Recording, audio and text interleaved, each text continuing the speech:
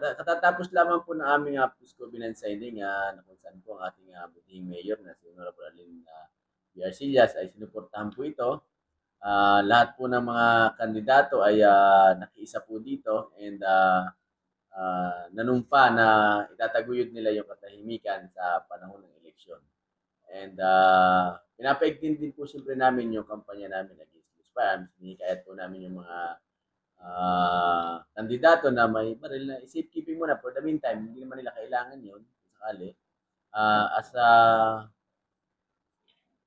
showing po na sila ay sumusuporta sa kapayapaan po ng eleksyon. We are also in constant coordination with our election officer, Attorney Esternon, kay Ma'am Jenny Karen Jenny po na tuloy-tuloy po yung aming conduct ng checkpoint. Tulad isang regular COMELEC checkpoint, nagkakaroon na kami, meron din kami na spot checkpoint.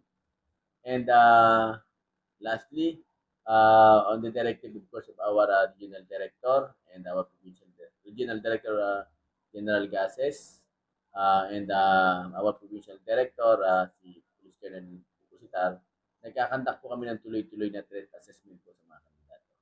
So,